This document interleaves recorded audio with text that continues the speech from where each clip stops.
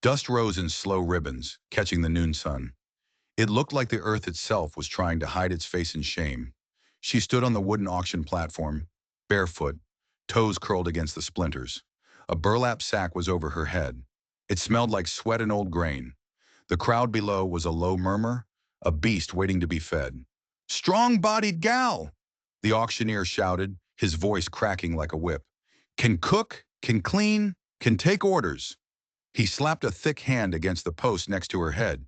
The sound vibrated through her skull. "Who will start me at $5? Men shuffled their feet in the dirt. Some were grinning, showing yellow teeth. Others just spit tobacco, a dark stain on the pale ground. Then a sound cut through the haze, a child's laugh. It was so sharp, so out of place, it felt like a slap. She squeezed her eyes shut behind the rough fabric of the sack, trying to block it all out. She focused on a bird call far away, a sound from a world that wasn't this one. "6!" a voice shouted from the crowd. "7!" answered another, quicker this time. Her stomach twisted into a knot so tight she could barely breathe. She had done this to herself. She had walked here. She had put her own 2 feet on this platform. It was the only way. It was for the baby. The baby she had wrapped in a quilt and hidden in the cold dark before dawn. The baby she was praying no one would find until this terrible bargain was done. 8! 9! The numbers were a slow, cruel drumbeat, pounding out the price of her life. Each one felt like a nail being hammered into her future. Then a new voice cut through the noise. It wasn't loud. It was deep, unhurried. It carried weight without any effort at all. 12. Just like that, the world went silent. The shuffling stopped. The spitting stopped. Even the auctioneer seemed to hold his breath. The entire crowd turned as one, a field of sunflowers turning to a new sun. He stood apart from the others. He was broad-shouldered, with the brim of his hat shadowing his eyes. His thumbs were hooked into his belt, casual-like. But there was nothing casual about him. He was still as a mountain. His boots were caked in dust. The sleeves of his shirt were rolled to the elbows, showing forearms the color of old cedar. He did not smile. $12, the auctioneer repeated, his voice suddenly smaller. He glanced around looking for another bid, a challenge. None came. The silence was absolute. Sold. The gavel cracked against the post. The sound shot through her body, a jolt of lightning. It was over. It was done. Rough hands guided her forward, down the steps.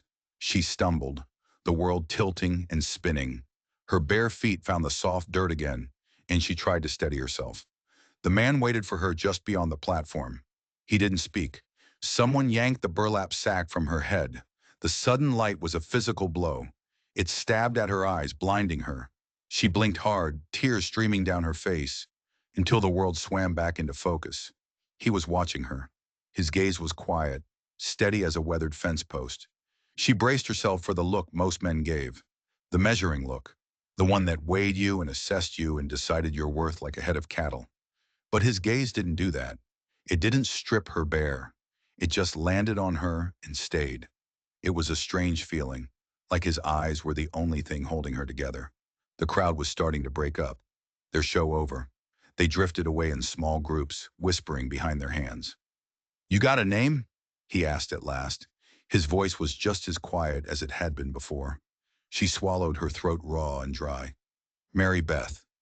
He nodded once, a short, sharp movement. He didn't ask for more. "Come on." He handed her a canteen. She didn't hesitate.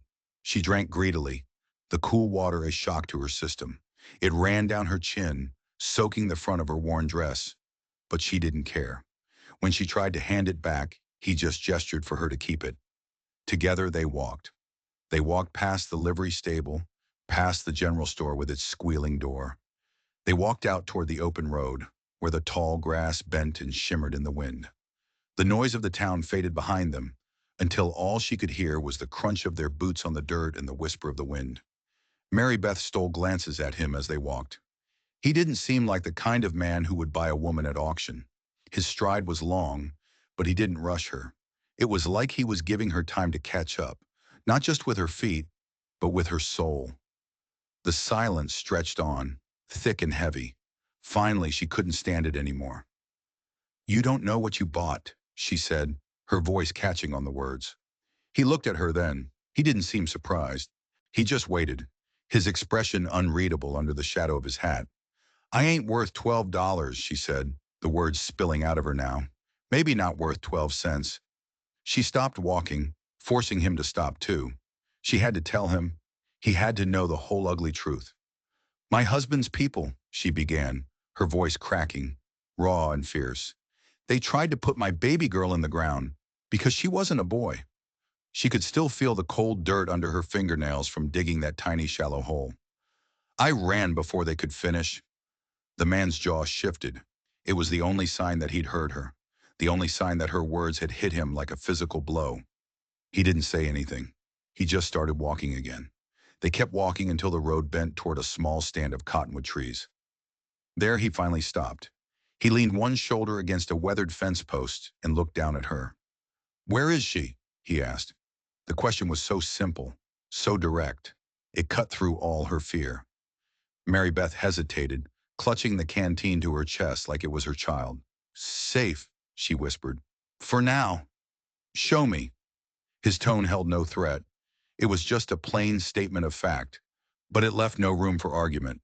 There was no refusing him. She studied his face, the lines carved into it by the sun and the wind. She looked at the dust clinging to his collar, at the quiet stillness of his hands. Something in that stillness, in that unshakable calm, broke the last little piece of her hesitation. She turned off the road and started walking toward the trees. Each step felt heavier than the last. It felt like she was leading him not just to her daughter, but to the whole truth of who she was. The whole ugly, broken truth. The wind picked up, carrying the scent of wild sage. Somewhere up ahead in the cool shade of the trees was a hollow log. And inside that log was a tiny whimpering cry that had pulled her heart right out of her chest that morning. She looked back at him one last time. He was following her, silent as a shadow. And for the first time since she fled, for the first time since her world had fallen apart, Mary Beth felt the strangest, tiniest flicker of something. It was thin as a match flame in a storm, but it felt a little bit like hope. It felt like maybe, just maybe, she might not have to walk the rest of this road alone. The cottonwood trees were ancient, their leaves whispering secrets in the breeze. Mary Beth's skirts snagged on low branches as she pushed deeper into the grove. Her heart was hammering against her ribs, a frantic drum beat she was sure he could hear. The ground dipped, and the air grew cool and damp. She slowed down near the center of the grove. A massive storm-felled tree lay rotting on the ground, its trunk hollowed out by time and insects. This was the place. She dropped to her knees before it. Her fingers trembled as she reached inside the dark, hollow space. A soft whimper answered her touch. The sound broke something loose inside her chest. A wave of relief so powerful it almost knocked her over. She drew out the small bundled quilt. It was real. She pressed her cheek to it, feeling the faint warmth, the tiny flutter of breath. The baby was still alive. The man crouched nearby, watching her every move. He didn't speak. A sliver of sunlight broke through the canopy of leaves, falling across his face and illuminating the tiny child swaddled in the ragged quilt. "She ain't more than 2 days old," Mary Beth whispered, rocking the bundle back and forth. Her voice was hoarse. "I dug the hole with my own hands when I heard what they meant to do. Hid her here till I could find a way to buy her a chance." The words hung in the air between them, heavy and ugly as a noose. He didn't flinch. He just watched her, his expression unchanged. He reached out one broad, work-roughened hand. He paused just before he touched the blanket, his fingers hovering in the air. It was a question. He was asking for permission. "She's my blood," she said fiercely, a sudden protective fire roaring to life inside her. "They took everything else, but not her." He nodded once, a slow, deliberate movement. Then he lifted the edge of the quilt. He revealed a tiny face, red and wrinkled, with eyes that fluttered in sleep. The rancher's thumb traced the edge of the cloth. It was a surprisingly gentle motion for hands that looked like they could split fence rails with a single blow. "She needs milk," he said at last. His voice was low and practical. "I know," Mary Beth's voice quavered. The fire was gone, replaced by a cold wave of fear. "I've been praying she'd last through this day." He straightened up, glancing back toward the road as if measuring the distance. Not just the distance back to town, but the distance back to life. "We'll ride to my place," Oni said.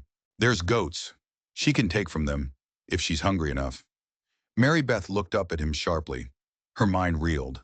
She couldn't have heard him right. "You'd let her stay?" "She's yours," he said simply, as if that answered everything. For a long moment, she just stared at him, unable to speak.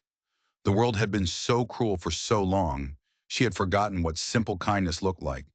Then she rose to her feet, cradling the baby close. The smell of milk and damp earth clung to her dress. The walk back to the road felt different this time. It wasn't a march to judgment anymore.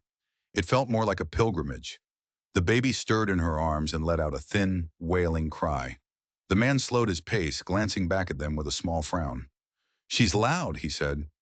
It wasn't unkind, just a statement of fact. "She's alive," Mary Beth answered, a little bit of her earlier fierceness creeping back into her tone.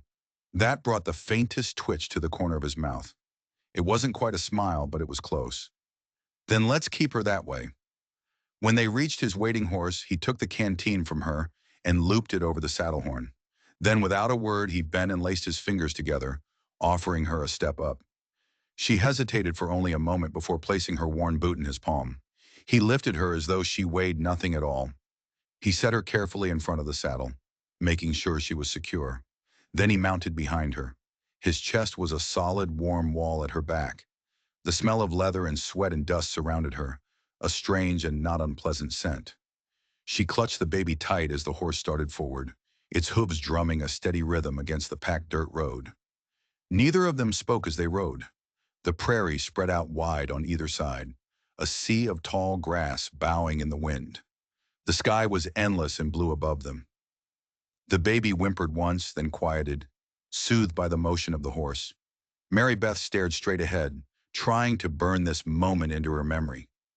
The rough warmth of the saddle, the steady breathing of the man behind her, the sudden, shocking knowledge that someone else had seen her shame, had seen the worst of her, and had not turned away. When the ranch finally came into view, it was a simple sight: a low cabin, a weathered barn, and a split-rail fence that stretched out toward the horizon. She felt her throat close up.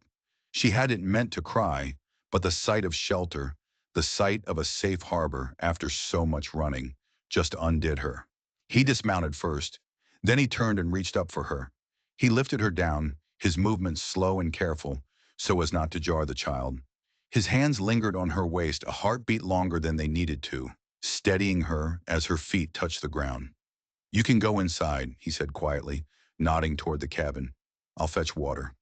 Mary Beth glanced at the dark, silent door, then back at him. "Why are you doing this?" The question escaped her before she could stop it. He didn't answer right away.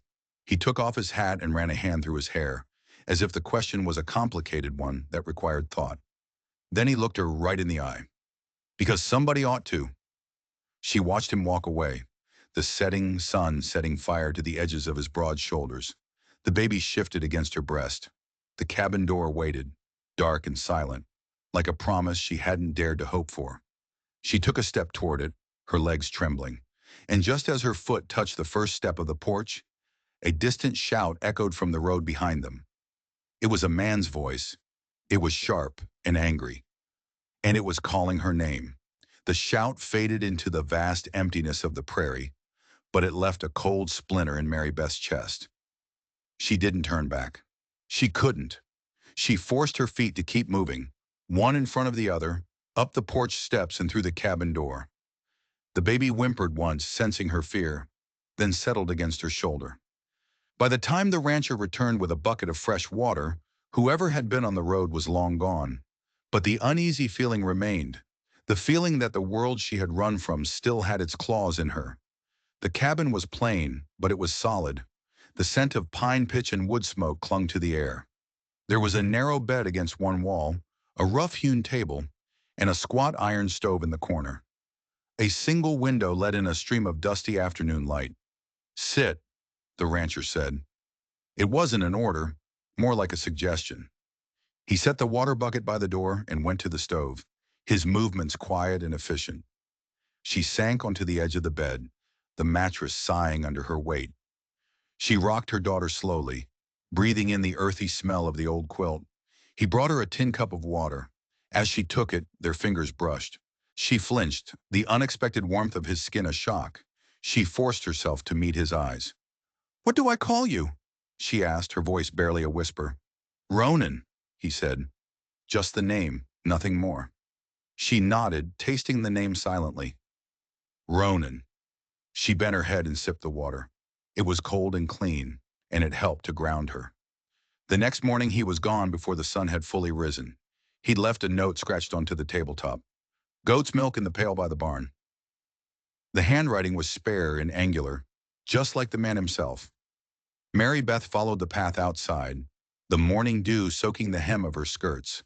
The goats were skittish, but her baby's hunger drove her to learn quickly. She managed to get a small amount of thin milk into a cup. When she fed it to her daughter, drop by drop, she felt a surge of fierce primal triumph. Later that week, Ronan told her they needed supplies. He hitched up a wagon, and she rode with him into town. The stairs began before they even reached the mercantile. Two women paused in their sweeping, their voices dropping to whispers behind gloved hands.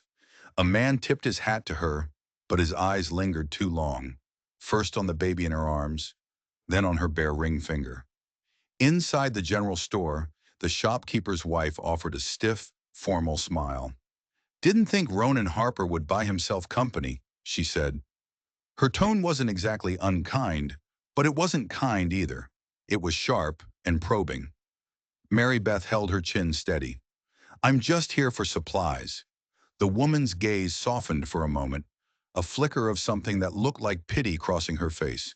"Well, you tell him he owes me for that last sack of flour." Outside, a pair of young boys trailed her to the wagon. "You the one he bought?" one of them asked. His voice was a cruel mix of curiosity and contempt. Mary Beth turned, letting her eyes go cold and hard. "Best run along before I set the goats on you." They shrieked with laughter and scattered like crows, leaving her standing there, shaking with a mix of anger and shame. Sunday was even worse. The preacher's voice rolled across the little clapboard church, stern as the winter wind. "The Lord lifts up the broken," he boomed, slapping his hand on the pulpit for emphasis. "But only if they walk upright in his light." Mary Beth sat in the very last pew, her child sleeping peacefully against her breast. The preacher's words sank into her like stones, but she kept her face a blank mask. When they stepped outside after the service, into the harsh sunlight, Ronan was waiting by the wagon. He touched the brim of his hat as the other churchgoers filed past, their faces a mixture of judgment and suspicion. He waited until they were out of earshot, then murmured, "You're already in the light. Let them squint." That night she cooked beans and cornbread over the fire. The little cabin filled with the smell of smoke and fatback. It smelled like something that was perilously close to feeling like home. Ronan ate in silence, his elbows braced on the table. His head was bent as though he were saying grace, but no words left his lips. The days began to blur into a quiet rhythm, feeding the goats, mending Ronan's worn shirts, gathering kindling. The baby grew stronger, her cries filling the small cabin, startling birds from the fence posts. Ronan was a quiet presence. He fixed the loose shutter that rattled in the wind. He patched a leak in the roof. One morning she woke up to find a jar of molasses on the table, a silent offering. But peace, she was learning, was a fragile thing. One afternoon, a neighbor rode up, a cloud of dust billowing behind him. He swung down from his horse and leaned on the fence, his eyes roaming over the yard until they landed on Mary Beth. "Heard tell you've got a little one there," he said, his voice casual, but his eyes were sharp. "Reckon she'd be better off with her kin, wouldn't she?" Mary Beth stiffened. Her kin buried their hearts the day they tried to bury her. Just then, Ronan stepped out of the barn, wiping sweat from his forehead with the back of his hand. He didn't raise his voice. He didn't move quickly. He just came to stand beside her, a silent, solid wall. The neighbor took one look at Ronan's face, shifted uncomfortably, and spat a stream of tobacco juice into the dirt. "Suit yourself," he muttered, swinging back up into his saddle. "But folks talk. Ain't right. A woman living out here, without a name to her." When he was gone, A tiny speck on the horizon, Ronan turned to Mary Beth. You want to go back? He asked. Her laugh was a bitter, broken sound. To what? A grave? He said nothing. He just nodded, and together they finished the evening chores in a heavy silence. That night, a strong wind rose, rattling the shutter Ronan had just repaired. Mary Beth sat by the fire, rocking the baby, staring into the flickering flames. You think they'll come for her? She asked, her voice small against the howling of the wind. Ronan didn't look up from the knife he was sharpening. If they do, he said, his voice low and steady as a rock, they'll find her fed and warm, and not so easy to take. Outside, the wind howled like a hungry wolf, and in the distance, carried on that wind, she could hear it, the sound of distant hoofbeats, slow, deliberate, and drawing closer with every passing second. The hoofbeats faded into the howl of the wind, but they left a chilling echo behind, an echo of dread that clung to the cabin walls like smoke. Mary Beth didn't sleep that night. She sat in the rocking chair, the baby held tight in her arms, her ears straining against the restless wind, listening for the sound to return. When dawn broke, it was a thin gray line on the horizon. Ronan was already outside walking the fence line. His shoulders were hunched as if he were bracing himself against something he couldn't see. By the afternoon, the sky had turned a bruised, ugly purple. Dark-bellied clouds rolled in low across the prairie. The smell of rain was in the air, sharp and metallic. Mary Beth hurried to gather the laundry from the line, her fingers stiff as she wrestled with the heavy, damp fabric. The baby fussed in her basket by the door, sensing the change in the air. Thunder grumbled in the distance, a low, angry growl. Ronan came in just as the first fat drops of rain began to strike the roof. His hat was dripping, his shirt plastered to his back. He hung his slicker by the door and crouched near the stove, stoking the fire until it roared to life. This will blow hard, he said, his voice grim. Mary Beth just nodded, rocking the baby a little faster. The storm built with a terrifying speed. The windows rattled in their frames. The wind whistled through every crack in the walls, a high, mournful sound. The little cabin shuddered and groaned like a living thing in pain. Mary Beth pressed her cheek to her daughter's head, whispering prayers under her breath, her own fear a cold, hard knot in her stomach. Lightning split the sky, and in the brief, stark flashes of light, she could see Ronan's face. His jaw was set, his eyes narrowed as he checked the shutter, the latch on the door, the main roof beam overhead. He moved like a man who was used to bad weather, steady and sure. But she saw the tightness in his shoulders, the tension in the set of his jaw. He was worried. Hours passed in a blur of wind and rain and fear. The baby cried until her voice was a hoarse, ragged thing. Mary Beth tried to soothe her, walking the floor of the small cabin until her own body trembled with exhaustion. At last, sometime deep in the night, her strength gave out. She sank onto the bed, the baby still wailing in her lap. She covered her face with her hands and wept, her shoulders shaking with silent, racking sobs. Ronan knelt in front of her. His hands rested on his knees. He was just a dark shape in the dim, fire-lit room. "Let me take her," he said. His voice was quiet, but it cut through her despair. Mary Beth hesitated. Her arms were aching, but the thought of letting her child go was terrifying. Then she looked at him, really looked at him, and she saw something in his shadowed face that wasn't pity. It was a kind of weary strength. She slowly, reluctantly, let the child go. Her arms felt suddenly, unnervingly weightless. Ronan held the baby as though she were made of spun glass. He paced the small floor of the cabin, rocking her gently. He started to hum under his breath, a tune that was low and rough, almost like a wordless prayer. Slowly, miraculously, the baby quieted. Her ragged cries softened into hiccups, and then she drifted into a restless sleep. Mary Beth lay back on the bed, dizzy with relief and exhaustion. When she woke again, it was dawn. The storm had passed, leaving a pale, eerie hush over the land. Water dripped from the eaves with a soft, rhythmic patter. The air smelled of wet earth and charred wood smoke. Ronan was sitting in the chair by the fire. The baby was asleep on his chest, her tiny body rising and falling with his slow, steady breaths. He was still humming that same low, rough tune, his head bent over the child. The sight of it rooted Mary Beth to the bed. Something in her chest ached at the quiet, simple gentleness of it, at the way he had stood guard through the long, dark night. "You stayed up," she said softly. He looked up. His eyes were bloodshot from lack of sleep, but they were steady. "Seemed like somebody ought to." Her throat closed. She swung her legs over the side of the bed and crossed the room on bare feet. She took the baby back from him, her hands brushing against his. His skin was warm. "You don't have to do this," she whispered. "Maybe not," he said, "but I will." The words landed between them, heavy and solid. They weren't a promise. They were a statement of fact. She wanted to answer him, to say something that would match the weight of those words. But before she could, a new sound came from the road, the rattle and creak of a wagon. Ronan stiffened, rising to his full height in one smooth, silent motion. "Stay inside," he said, his voice flat and hard. Mary Beth watched from the window, her heart pounding a frantic rhythm against her ribs. Two men climbed down from the wagon. Their coats were dark with mud. One of them was carrying a rifle. They walked up to the porch where Ronan was waiting. They spoke to him, their faces set and hard, their hands gesturing angrily toward the cabin. She couldn't hear the words through the thick glass, but she didn't need to. She knew why they had come. Ronan's head turned slightly, as if he could feel her eyes on him. He said something low and final. One of the men spat in the dirt.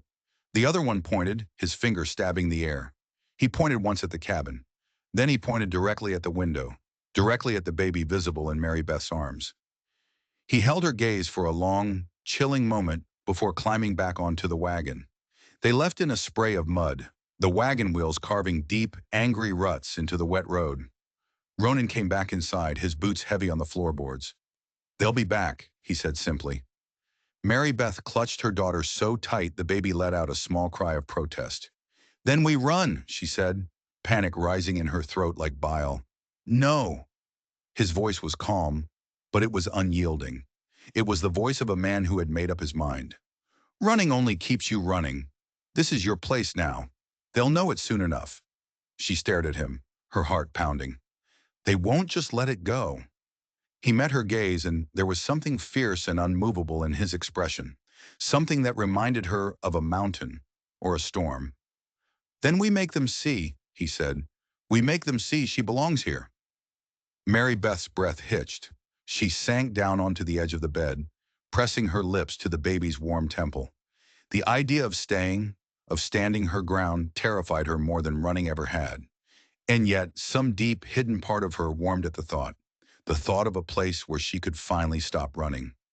Outside, the sky cleared. The sun broke through the clouds, casting a golden light over the wet fields. It should have felt like peace. Instead, it felt like the hour before a battle, still and sharp-edged and terrifyingly quiet. That night, Mary Beth lay awake, listening to the creak and groan of the cabin settling. She listened to Ronan's slow, steady breathing from the floor by the door, where he'd chosen to sleep with his rifle propped within arm's reach. He had become a sentinel, a silent guardian at the gate. And when a single rider's silhouette appeared against the rising moon, stopping at the edge of the yard, she knew. The reckoning had come at last. The rider just sat on his horse for a long time, a dark statue against the silvered landscape. He seemed to be weighing the night, weighing his chances. The moonlight gleamed on the barrel of the rifle slung across his back. When he finally dismounted, the horse's breath smoked in the cold air. The crunch of his boots on the frost-hardened earth was the only sound in the world. Ronan was already on the porch. He was standing with his feet braced, his own rifle held loosely in one hand. He wasn't aiming it, but it was ready. Mary Beth rose from the bed, her heart a frantic bird beating against her ribs. The baby stirred and whimpered, sensing the tension that had seeped into the very walls of the cabin.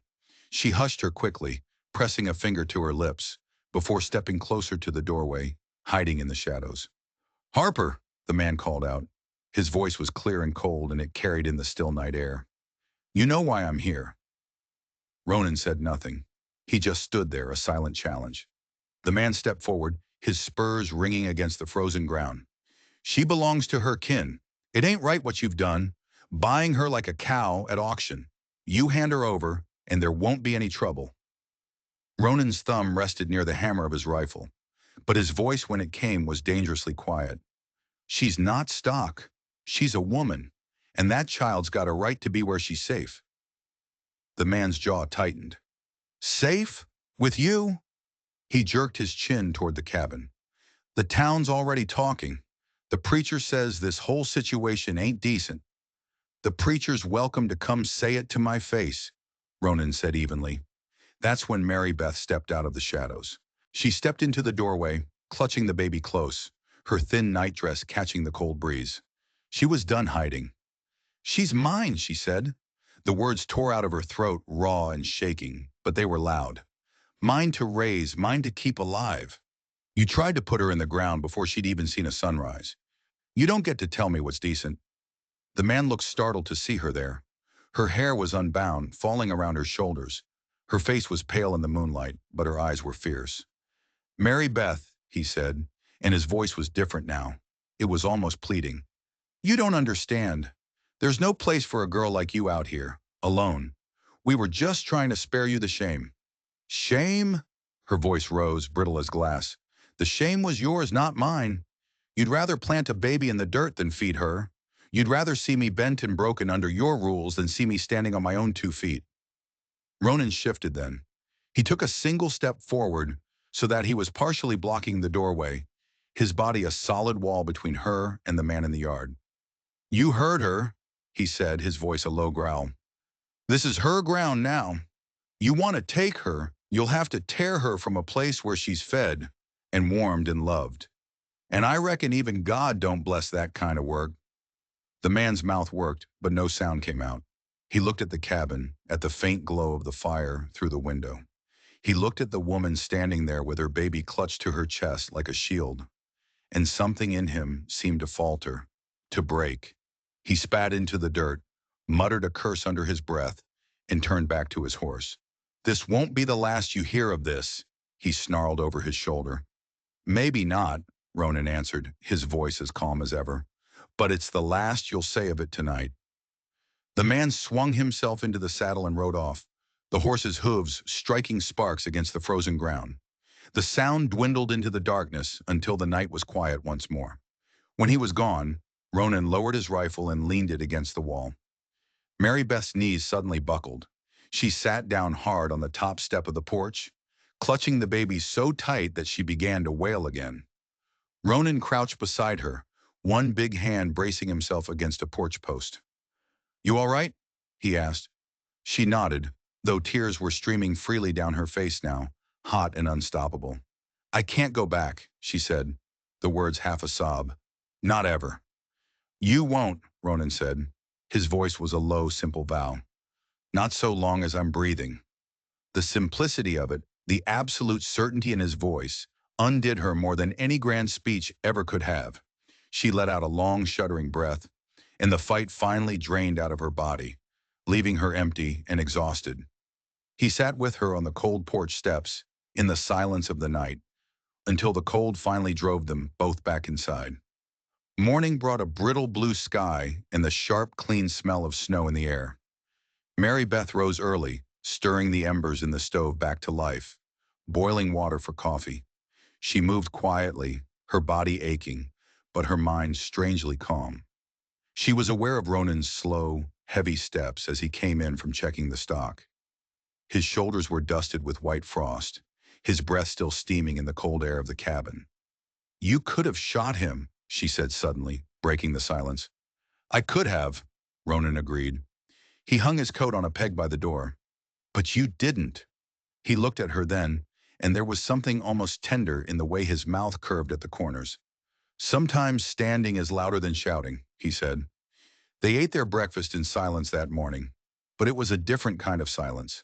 It wasn't brittle and full of unspoken fears anymore. It was a comfortable silence, like a long, deep rest.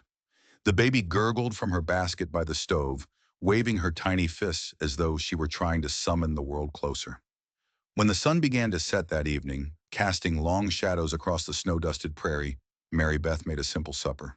Beans simmered with salt pork and cornbread baked in a cast-iron pan. She set the plates on the table, her hands steady for the first time in what felt like a lifetime. Ronan came in, washed the grime from his hands and face at the basin, and sat opposite her. For a moment, neither of them moved. The cabin was filled with the warm smells of food and the crackle of the fire. Then he reached for the spoon, served himself a helping of beans, and passed the bowl to her. They ate slowly, the only sounds the scrape of spoons against the tin plates and the soft sigh of the wind outside. The baby stirred once, then went quiet again, lulled by the warmth and the peace. Mary Beth caught herself watching him. She watched the way his broad shoulders seemed to ease as the meal went on, the way he set his spoon down carefully when he was done, as if he were mindful not to startle the moment. She realized then that she was no longer listening for hoofbeats. She was no longer waiting for the door to burst open. The road behind her, the world she had run from, was finally gone. It had faded away into the past. When the dishes were cleared, Ronan stayed at the table, his hands folded loosely in front of him. He looked at her across the flickering lamplight. "You don't owe me gratitude," and he said, his voice low and serious. "Not for the bid at the auction, not for the roof over your head. You don't owe me anything." "I know," she said softly. He nodded once, as if satisfied. "Good. Because if you stay, I want it to be because you choose to, not because you were bought." Her breath caught in her throat. For the first time, she saw past the stoic, unreadable mask he always wore. She saw the man beneath it, a man who was tired, impatient, and lonely, a man who was holding out a piece of himself without asking for anything in return. She reached for the baby, who had begun to fuss in her basket, and cradled her close, drawing strength from the warm, tiny body. "I think," she said so quietly she wasn't sure he'd heard her, "I think I already chose." But Ronan's face softened. A real, genuine smile touched his lips for the first time. And in that moment, something in the little cabin shifted, something that felt weightless and strong all at once. The wind rattled faintly outside, but inside there was only the warmth of the fire, the lingering smell of cornbread, and the sound of a child breathing, steady and safe. It wasn't a wedding or a vow or a promise made out loud. It was just a wooden table and steam rising from a plain meal, and the way she looked at him when she thought he wasn't watching. And maybe that's how homes are really made. Not with nails and wood, but one small, quiet kindness at a time. Which city are you watching our video from? Please leave a comment below. And if you enjoyed this story, please subscribe to the channel. Thank you.